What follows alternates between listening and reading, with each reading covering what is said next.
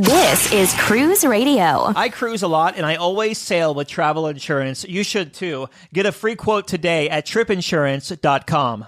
Here we go.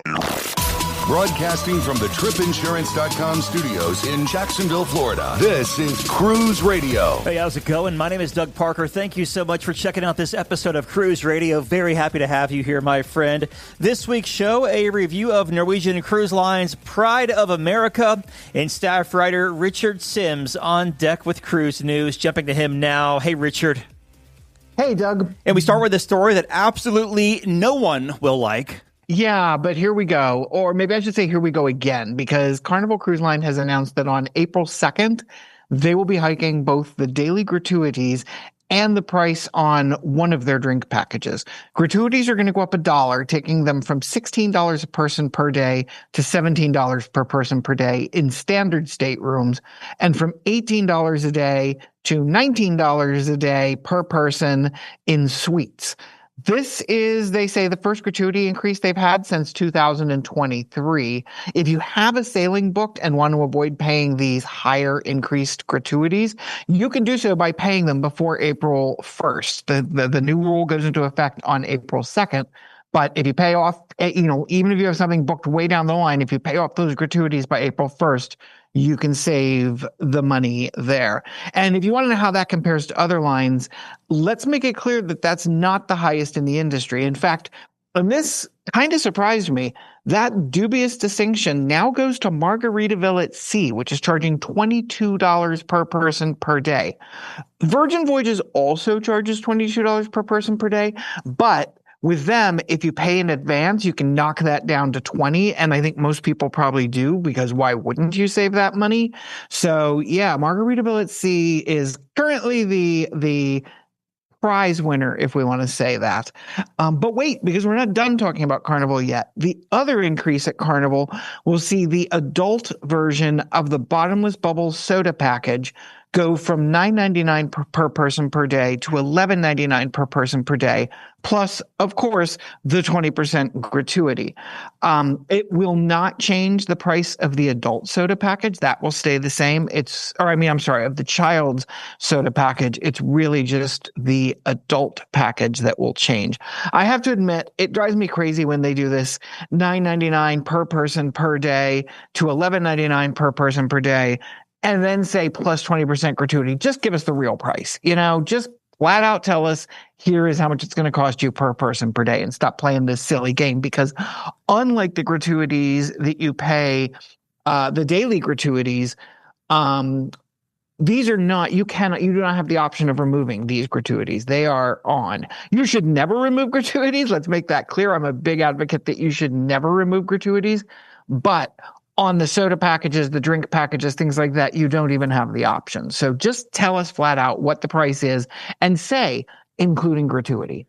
Yeah, one of our listeners over at Bubba Cruises said that he's wondering if this is actually the increase is to try to put it more, closer to that zero proof package to make, to drive people towards that instead of just getting the soda package. I didn't even think about that. Good job, Bubba. Good job. And cruisers hoping to visit one of the most famous landmarks in Italy will soon have to pay a fee in order to do so. Yeah, this is yet another example of a place that's wildly popular with visitors doing something to counter, or at least profit off of, over-tourism. Trevi Fountain, which is, that famous fountain that you see in every movie and every, rom-com or anything that's ever taken place in Rome, they will now charge $2.40 to get close and throw a coin into the fountain. Traditionally, folks throw 3 coins into the fountain. Doug, do you know what those 3 coins represent? I have no clue, but I have thrown coins in there before. It's interesting. One is that you will return, a wish that you will return to Rome. Mm-hmm. One is to find love, and the other is that you will get married. Now, I want to know, shouldn't the love and the marriage one, can't you combine those and just do 1 coin? But apparently not. You throw 1 in for love and 1 in for marriage. So I guess those are 2 different things. Visiting the fountain is still free for Roman citizens, Those who are disabled and their companions and children who are under 6. Apparently, more than 10 million people visited the fountain in 2025. So when you figure all the tourists who are going to be paying $2.40 a pop to get close enough to throw coins in the fountain, they're gonna make some serious money off of that. Yeah, and that area is a hotbed for pickpockets too. So if you're over there, be careful. I did not know that. And a bit of tragic news out of the always popular jazz cruise, which is currently underway.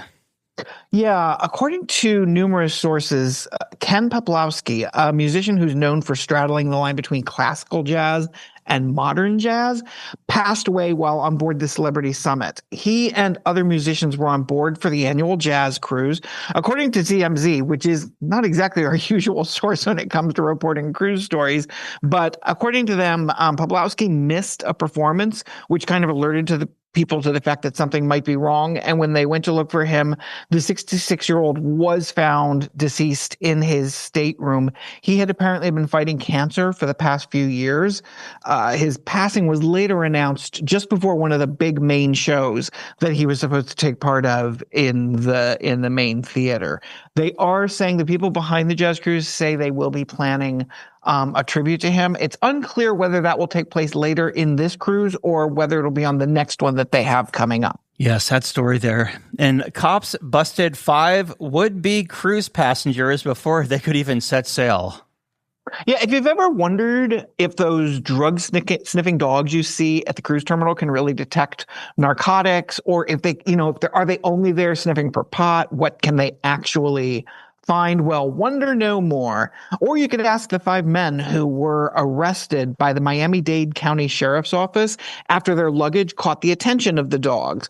The men were preparing to board Symphony of the Seas for an Atlantis events cruise. For those who don't know, Atlantis cruises are fully chartered sailings that aim at the LGBTQ plus community. According to local reports, a search found a variety of drugs being brought on board by the men, including meth, ketamine, MDMA, and some other substances I've never even heard of. Apparently, they're inventing new drugs every day. The amounts being carried were too small for Homeland Security and Border Patrol to get involved, which is why they then called the local sheriff's office and had them deal with it. The 5 people in question were taken to jail, and I believe some were released on bail. Some, I believe, are awaiting probably a hearing or trial, depending on how much they actually were carrying on board. And we have a couple of stories regarding MSC cruises, starting with a ship having to leave a lot of guests behind. Yeah, every cruiser's nightmare come to life. But this time, people weren't left behind because they were late getting to the port for embarkation, or they were on a shore excursion and lost track of time. These guests never actually got to board the ship. The MSC Orchestra was doing what's known as a ferry schedule. So, usually a lot of the cruises that you do out of the United States, they leave out of Miami, they stop several places, and then they come back to Miami. With a ferry schedule, it stops in numerous ports, but each of them can be a starting point for someone. So I might get on in, say, Rome, and that's the beginning of my cruise. You might be getting on in Genoa, and that's the beginning of your cruise. And they just basically go in endless circles, constantly like letting people on and letting people off. In this case, the ship was scheduled to stop in Marseille, France, which is a really incredibly popular port. And they were going to let some of the people who were on board off. They were going to take on new passengers. But when the ship arrived, its ability to dock was blocked by a group of protesters. Now, usually when we hear stories like this, the protest is kind of tied to cruising. It's, somebody protesting that they're bad for the environment or something like that. This was actually a French maritime union who were protesting in an effort to draw attention to the fact that they need to have more people hired. Anyway, eventually the orchestra had to leave. They couldn't dock. They couldn't get into the port. So they left, which meant both people on board for whom this was the end point and people on shore who were looking to board. Well, they were all out of luck. Those who were on shore watched the ship sail away, and then MSC put them up in a hotel for the night. And in the morning, bust them to Genoa, which was the ship's next scheduled stop. So, they did eventually catch up with the ship. They did get back on. And certainly MSC seems to have done the right thing by putting them in a hotel and busing them over, which is nice because this was not MSC's fault. They had no control over what happened, but they did the right thing here. Our other story from MSC also involves Orchestra, as well as her sister ship, the Musica. Both are going to have some work done, which will include them having the Yacht Club added. For those who don't know, the Yacht Club is their version of Celebrity's Retreat or Norwegian's Haven. It's a ship within a ship concept. It usually has its own private bar, its own private restaurant. You need a key card to get into this area. It's not clear how expansive the Yacht Club will be on these ships, whether it will have all of the features that we see on some of the bigger ships like Meraviglia. It also did not, the report also did not indicate exactly what would be replaced because, of course, in order to add something like the Yacht Club, you have to take that space from somewhere, whether it's other cabins or, as tends to happen, a space that's less utilized on the ship, a public space that maybe isn't being used all that much. So we'll have to wait and see more details, but this will be, good news for people who love those ships but wish they had this added amenity. I have to tell you, I think that you spoiled cruising for me back in 2022 when you were like, hey, I have this multi-room suite on NCL in the Haven. Just come along because you'll have your own bathroom, bedroom, living area, and we probably won't even see each other. So I'm like, okay, let's do it. And ever since that sailing, I've I have got to get back in there. But then I go to price it. I'm like, but can I really get back in there? I have to say that ruined it for me too, because I have done more sailings in my next sailing is in the Retreat. I've done the Haven. I've done the Yacht Club twice. It really is. And you can figure out ways to do it that are less expensive. I mean, it's not like I paid full price for that double bedroom thing that we had, but I did on this one, on the one I'm doing in March, I looked at it and I was like, oh, should I upgrade? I'm in the Retreat, but should I upgrade to a 2-room and see if Doug wants to come along? And then I saw what the upgrade price was and was like, no, sorry, Doug. And last but not least, a Disney Cruise Line ship broke a record in a pretty big way. Yeah, this week, the Disney Adventure became the largest ship, both in weight and capacity, to make its way through the Panama Canal. The new ship is currently on a repositioning. She left the shipyard in Germany and is heading to Singapore with several stops along the way, including Port Canaveral, where she was basically welcoming some crew on board, doing some training, stuff like that. When the ship was going through the famous passage, it only had 8 feet of clearance on either side, which is kind of crazy when you think about it. All I can picture is trying to squeeze like one of those big SUVs into a tiny parking space at the local grocery store and then winding up not able to get out of the car because the cars on either side are too close. Anyway, the ship was the largest, but Doug, we're going to end with a question here. So before the Disney Adventure kind of stole the title away, what ship held the record as being the largest to pass through the Panama Canal? Oh gosh, I just read it this morning on my news briefs. I know it was a Norwegian Cruise Line ship, and I know it beat the record by 40,000 gross registered tons, but I can't pin the name. You know what? We're going to give you partial credit. You did very good. It was a Norwegian Cruise Line ship. It was the Bliss. The Bliss was the largest ship to hold that record until the Disney Adventure came along and knocked it out of the water. I don't think it's going to be hard there probably aren't too many other ships that will be able to do that because, even some of the smaller ships, like, for example, Virgin Voyages, the first 3 ships in the Virgin fleet can't go through the Panama Canal because their lifeboats hang off the side and it makes them too wide to go through, which is one of the reasons when they redesigned Brilliant Lady, they tucked the lifeboats in so that it is the first ship that Virgin has which can actually go through the Panama Canal. But I think it's going to be a while before we see a bigger ship than the Disney Adventure go that way. All right. And with that said, staff writer Richard Sims, thank you so much, buddy. Always glad to be here. You're listening to Cruise Radio, America's trusted voice of the cruise industry. A big question we get at Cruise Radio is, how do I know if I need trip insurance? Simple answer. If you're getting on a plane, taking a road trip, or getting on a cruise ship, you need to have travel insurance. Hey, it's Doug Parker from my friends at tripinsurance.com. Not only does tripinsurance.com protect your vacation investment, but it also gives you peace of mind in case anything were to go wrong on your trip. How do they do it? They offer 3 different types of trip insurance policies. Good, better, and best. One policy for every vacation budget. But it doesn't just stop there. They're up to 40% lower when you shop around on other comparison sites. Plus, tripinsurance.com offers 24-hour customer support before, during, and after your trip, online claims assistance, and travel alerts to let you know what's going on at your destination. But find out for yourself. Check out tripinsurance.com. Have a tip or a lead on a news story? Let us know. Email tips@cruiseradio.net. Brian and his wife sailed a 7-night Hawaii cruise on Norwegian Cruise Line's Pride of America. He joins us on the line. How you doing, my friend? Hi, good to be here. Thanks for having me. Excited to talk all things Pride of America today because we haven't really spoken about it since the latest dry dock. So we'll take a step back here as we always do. Give me some pre-cruise thoughts. What made you want to take this 7-nighter? You're in the Detroit area.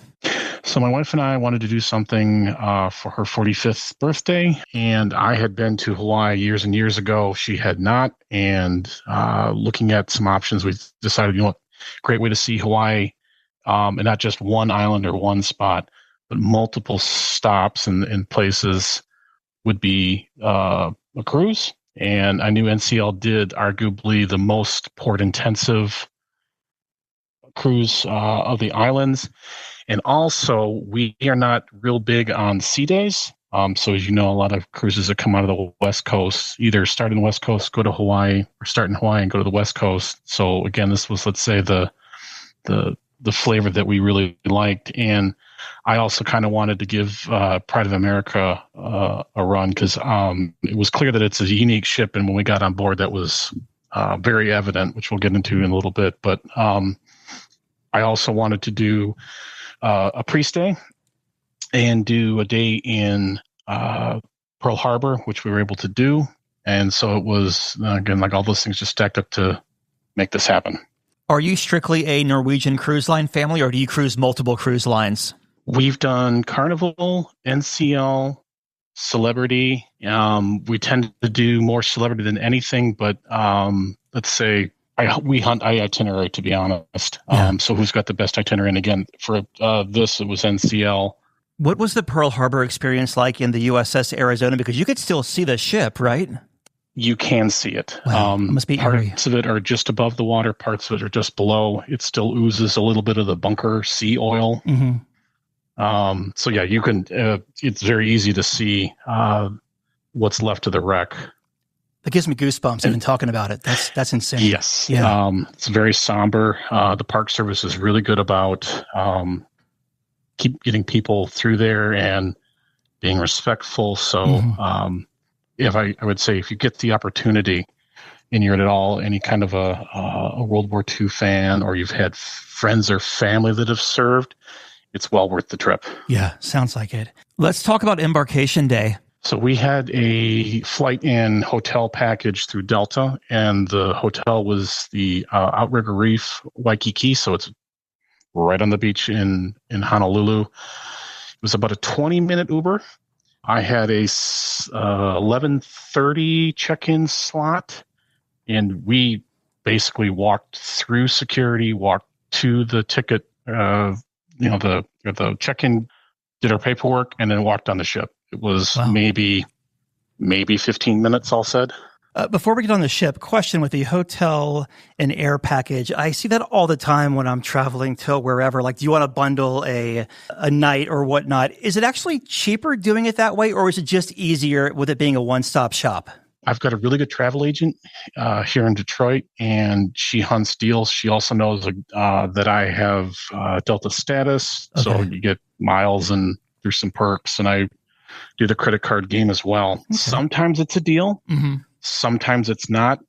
What I've learned to do is just to do a quick check of airfare and hotel.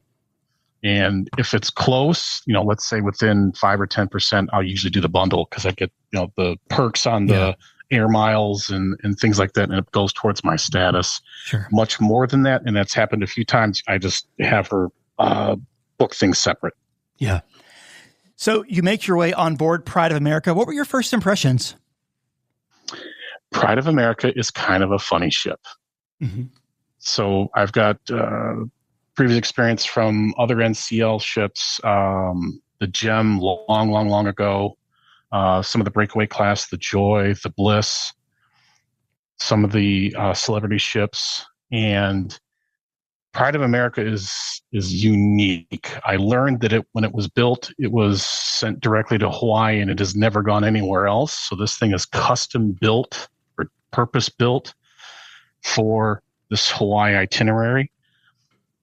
For instance, instead of the local, it has the Cadillac Diner, bar food all day, every day, breakfast, but it's in the style of a 50s diner. The La Bistro specialty restaurant is called Jefferson's Bistro, and it's kind of an homage to Monticello, Jefferson's estate. There's no casino. There's some other compromises with deck space and things because it's a smaller ship. It's really neat because it's totally decked out in Hawaiian motifs. They have a whole separate shop just for anything and everything Hawaiian. So if you didn't get enough of it, at the airport or wherever your pre-stay was, they can sell you some more while you're on the ship. And being a U.S. flag ship, you probably see more American crew members than anything else, right? I heard it's 60% U.S. crew. Okay. And that definitely appeared that way. Most of the officers were U.S. citizens. Most of the buffet and servers staff and all the restaurants, American citizens. The housekeeping was still mostly Filipino from what we saw. But yeah, it was the number of American staff members is quite different than what I think everyone would be used to on any other cruise or cruise line. When you walk on board Pride of America, is it one of those terminals where you're using a jet bridge and, boarding into an atrium, or are you boarding ground level? You come in on deck 6. Okay. So there is a gangway of sorts, but it's not as like we were in Fort Lauderdale a year ago for Celebrity. And let's say that set up, there's a couple different ways in. It's a much, big terminal. The terminal in Honolulu is a lot smaller and simpler, but you do at least come in, not at ground level, dock level, like Gotcha. You will on some of the other ports. So let's talk about your stateroom. What kind of stateroom did you book for this 7-night cruise, and what did you think of it throughout your voyage? We had an obstructed ocean view, so we were looking between 2 lifeboats. So we had a little bit of a view, helped us on the price point. As funny as this sounds, we are not balcony people. We don't really spend that much time using balconies. We've had them in the past, so we kind of take the money we save on the balcony, put it into the excursions. There's some other things. Mm-hmm. It was a really comfy cabin. It was in great shape. There were a few little spots in the bathroom where, it's clear that this is an older ship, but overall, she had a recent refit, refurbishment.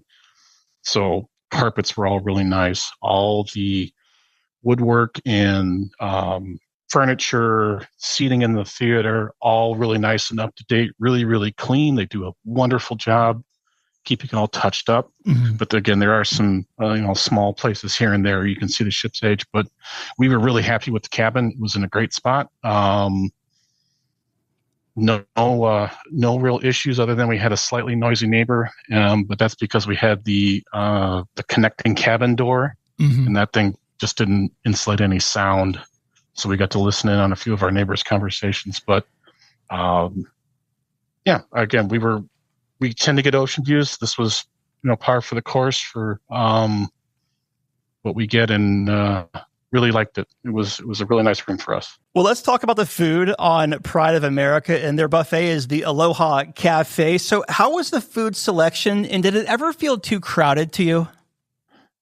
Food selection was good. It's not a big buffet. The ship is roughly 2,700 people. Mm-hmm. I caught a Q&A with the crew, and they let us know that we were only around 2,250. So it wasn't let's say at capacity. Smaller buffet, decent seating. It definitely got full, like on, we had our excursions, so the, roughly 6:30 to 7:30, everyone's trying to pound breakfast, get a bunch of coffee, and then run off the ship. It got a little tricky to find spots. My wife and I are pretty good about finding out of the way places. Mm-hmm. And I can say honestly, we never could not find a seat. Okay. So it works. And again, the staff is really good about, hustling, getting places cleaned up. So we really didn't ever have to hunt for a spot.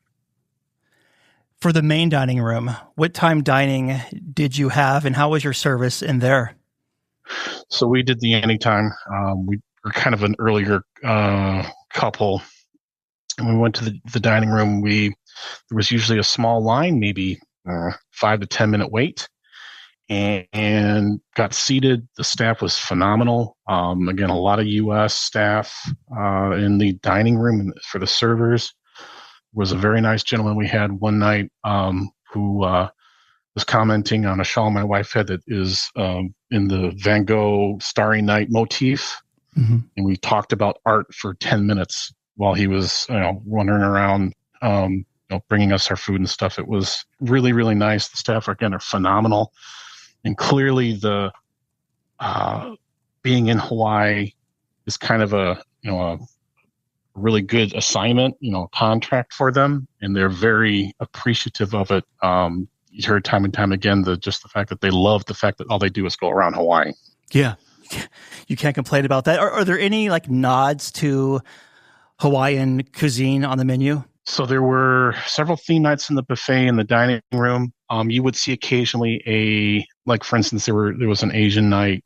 So some of that influence. Mm-hmm. I would say cuisine-wise, not so much, but authentic Hawaiian cuisine usually involves Spam. True. You don't see that in either the dining room or the buffet. But again, a really good mix all around. We had no issues and enjoyed all our meals. Which one really stuck out to you? So we had one specialty dining, which was in teppanyaki. Mm-hmm. And that's my wife really loves the whole, song and dance, banging stuff around on the tabletops, flinging things at you.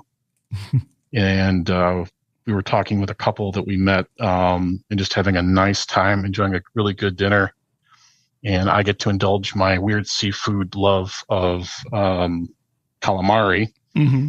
I think, my wife doesn't care for, but I enjoy. And again, that was a nice dinner in a cute setting.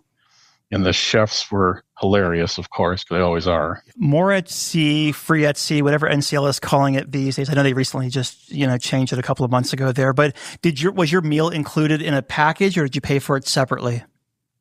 We don't do the drink packages usually. I don't drink, and my wife might have a glass of wine with dinner, maybe. So the drink packages, the alcoholic drink packages aren't worth it for us. Mm-hmm. So I did at the time it was the more at sea, but I slimmed it down to just the internet package, which we upgraded anyway, and the shore excursion credit, and then later bought one of the specialty dinings that was, I think, it was like $45 or $50 for the both of us. It was, I think, a deal. Are there many specialty venues on Pride of America? There are, there's one in Chorizo, La Bistro, Jefferson Bistro, East Meets West, which is where the teppanyaki was located, and La Casina was the fourth. So yeah, there are four. Okay. How was the entertainment on board? How did it stack up for you? Because I know this is a very port-intensive itinerary, not really any sea days here. So did they have late-night programming? They had the full gamut. The onboard entertainment there was a magician, there was a comedian, there was a comedy hypnotist. I think it was the second night. They brought on a troupe we were in Maui. Mm-hmm. So local Maui crew that does the, not a luau per se in the dinner sense, but the dance and history and song and show, and that was really, really good. So there's quite a lot there, and they'll each of the acts. Oh, excuse me, and a magician. I apologize. A magician as well. Every night there was something. Even on the overnight stays that we had, and no complaints there. Great shows on everything. How about around the ship? Were there any? I know you said there was a comedy show in the main theater. Any comedy rooms or music that may have caught your ear? No comedy venues. There were quite a bit of live entertainment. They had a Hawaiian band that did a lot of local songs. They had an actual native Hawaiian cultural ambassador, very, very nice gentleman who did talks and things.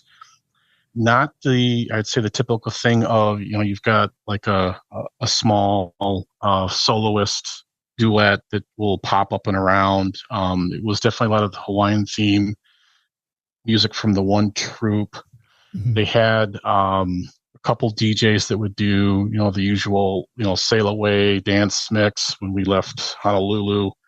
But I would say not as much live music and variety as you would see in other places. Again, very Hawaii focused. Mm-hmm. Well, let's talk about your ports of call here. So you leave Honolulu. What was your first port of call? And give us the highlight. We had an overnight in Maui, so 2 days in Maui. And beautiful island, lots of great excursions. We did a waterfall swim and hike on the first day.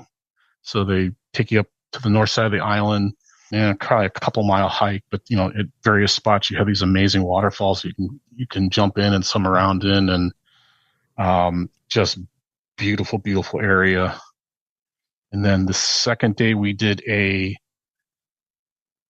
snorkel / cruise. So on the east side of Maui, you get on a catamaran and they take you out to a reef where we did snorkeling. Sea turtles were around. I got to see a bunch of sea turtles. That was really cool. Mm-hmm.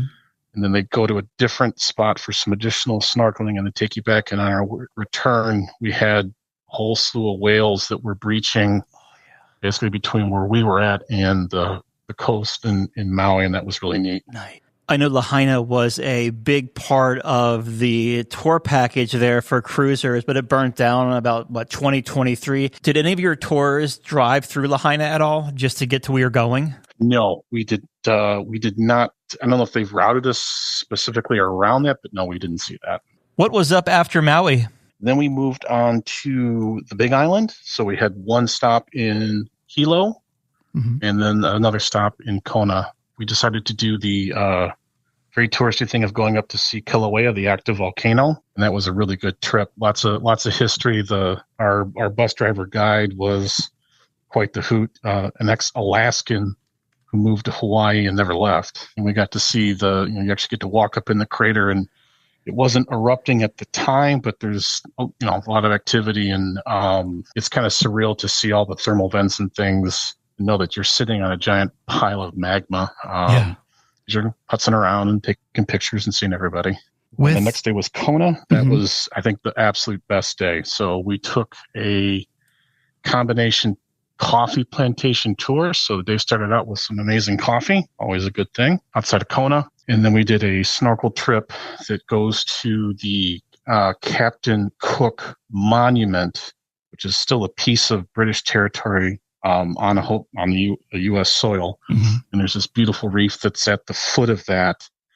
But while we were going out to that, we got another run-in with a whole bunch of humpback whales, and we had a couple of them take some time to swim under the boat and stare at us for a little bit, and our tour guides were losing their minds because apparently that doesn't happen very often.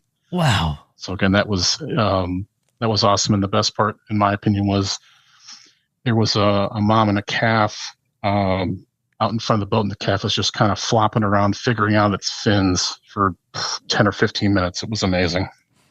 With the two stops, Hilo and Kona, of course, one's east side, one's west side, do you do is it in one day or is it 2 separate days? 2 separate days. Okay, gotcha. So you're a full day in Hilo, then a full day in Kona? Yes. Okay. And then after Kona, what was up? Then we went to Kauai, mm-hmm. and that was another overnight. First night we did the luau, which I think half the ship did, and that was an amazing show. I had been to a luau years and years ago when I was my first time in Hawaii. This one was a really nice venue. So you get a little tour of the facility. They put you on a little narrow gauge train and run you around the facility. You get to feed some pigs and horses and donkeys before they feed you. And they do a real authentic pig roast. One of the chefs was explaining to a crowd of us how he sets up the pit to roast the pig. The pig come out, had dinner, and then I'm going to guesstimate 45-minute show. Again, in the Hawaiian dance style. So it's a troupe, it's a story, it's a full theater thing. They have the fire dancing. It's an utterly amazing show. About how long does that last? So I would say we started at about 4:00 and we got back to the ship about 9:00. I'd say the actual luau was with dinner probably about 2 hours. Does this one sail the Nepali coast? No. There is a similar, I would say sort of similar shared itinerary with one of the older ships that, it does like Tahiti and Nepali and then comes up into Hawaii and it kind of goes back and forth. Pride of America just sits around the Hawaiian Islands. And what was the next night? Another hike tour for us up in the mountains on Kauai, which was really, really beautiful because that's where they did a lot of the filming for the Jurassic Park movies. So the whole jungly thing. So that's the last day. And then overnight they come back into Honolulu to disembark. Just to make sure I'm tracking with you, you do an overnight in Maui up front, and then towards the end, an overnight in Kauai. Correct. Okay. So you're back in Honolulu. How was the debark process? Easily as smooth as the embark. We had a 1:00 flight, and we were part of the first, they call different colors, but there's the first 3 or 4 colors. So they call us about 7:30. We had done the, put your bags out the night before. Because we didn't think we need to hustle or anything. And I think from the time we got up to get off the ship till we were on the bus, which was the transfer to the airport, was maybe 20 minutes. Again, really, really fast, surprisingly so, in my opinion. The airport's interesting in that there are air-conditioned areas, but it's a lot of open air as well. It's kind of a weird, again, it's the climate, but we were walking between where you checked in, and I think it was Terminal 2, and there's a good 100 yards that's just out in the air as you're dragging your luggage behind you because it's very, very comfortable and easy to do so. I've never been to Hawaii on a ship. I have been to Maui on a land vacation. I'm curious, is Hawaii a one and done for you from a cruise ship standpoint? This is actually something that my wife and I specifically talked about. I will definitely be back to Hawaii, but more of the land. We'll pick a spot and stay for several days and do some more things because that's one of the things is there's so much to do on in all these spots. But I don't think we do another cruise just to Hawaii, maybe as part of, again, some of the Southern Pacific and it stops through. But I would agree with you. Yes, this is kind of a one and done.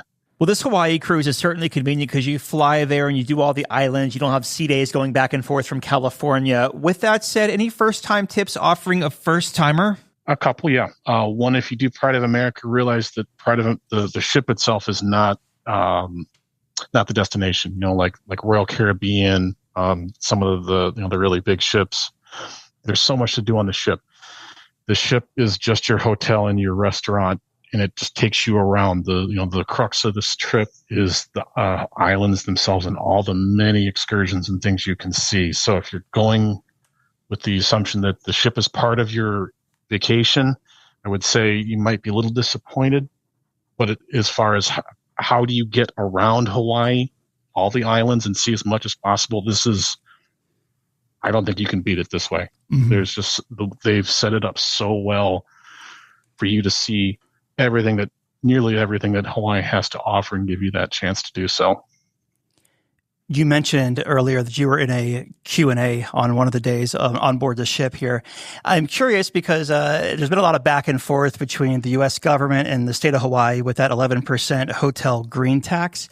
Was that brought up at all? There was someone that brought that up specifically, and the staff was really concise and clear of, this is not NCL that's charging you, it's the Hawaiian government. Mm-hmm. They did bring up CLIA, working with this, but the gentleman that was discussing this was clearly a little upset about this charge that we were told we were going to have. We had a letter before we sailed saying this was going to happen, so that mm-hmm. should have been not a surprise to anyone. And then actually another gentleman was in that same talk who mentioned that he was in the hospitality industry, reiterated the scenario of that this was a tax that the Hawaiian government was levying on. It basically already existed for all the hotels, but now it was also being levied on cruises mm-hmm. and treating them like hotels. Yeah, I've seen arguments online. Of course, arguments online go hand in hand, but they were comparing it to a Vegas resort fee, which is nothing of the sort. Like the state of Nevada does not regulate the Vegas resort fees. That's strictly a company thing, whereas over in Hawaii with Pride of America, that's the state saying, hey, NCL, you're going to pay 11% on each ticket. Yeah. In the letter, too, it did mention that the fees that were taken, this tax, was going to be held, and if in the future the judgment on this being lawful or not was made such that it wasn't lawful, we'd get the refund. But effectively, they were charging us while they had us on the ship, and they could, get our credit cards, so they had it. But they were in good faith, willing to refund it if the injunction or whatever went through fully, mm-hmm. And it was deemed non-lawful or whatever. Yeah, interesting. Well, looking back, what was the biggest highlight of this trip for y'all? Easily that snorkeling excursion where we were just surrounded by whales. That mm-hmm. was probably a once in a lifetime experience. It was less than a dozen of us on the little boat, and something about that spot in Kona apparently is really, really special for whales. So if anyone's thinking about it and looking for whales, that's definitely the spot to try and find them. The sea turtles, too, being face to face with these giant, curious creatures, you can't put it into words. I ran into a larger female, and she just was kind of staring at me as I'm sitting there just floating. Mm-hmm. And yeah, she was there for probably 3 minutes, just watching us all, splash around, and then she petered off and went back out deeper water. It was, again, Hawaii is a very, very special place. And I would say if anyone has the opportunity, do it. You will not regret it. Did any of the sea turtles you saw have transmitters on their shell? The two that I saw did not, no. But I know a bunch of them do. That was one of the naturalist guides on the catamaran had mentioned that to keep an eye out, because if you saw it, you were supposed to let them know which number or something. Mm-hmm. So they're always tracking them. Yeah. Such great information, Brian. I appreciate this. Your final thoughts of NCL's Pride of America. Unique ship, amazing itinerary, and really, I would argue, one of the jewels of the U.S. as far as places to see. And again, if someone has the opportunity to do so, do it. It's an amazing trip. You will not regret it. It was great talking to you, Brian. Thank you so much for sharing your vacation with us. Thanks for having me, Doug. Appreciate it. All right, Dougie, let's see what we got for you, buddy. Cruise Radio is produced at the tripinsurance.com studios in Jacksonville, Florida. Get cruise news, ship reviews, and money-saving tips every Thursday on Cruise Radio. If you've enjoyed this episode, please subscribe to the show. If you want to help spread the word, give Cruise Radio a 5-star review.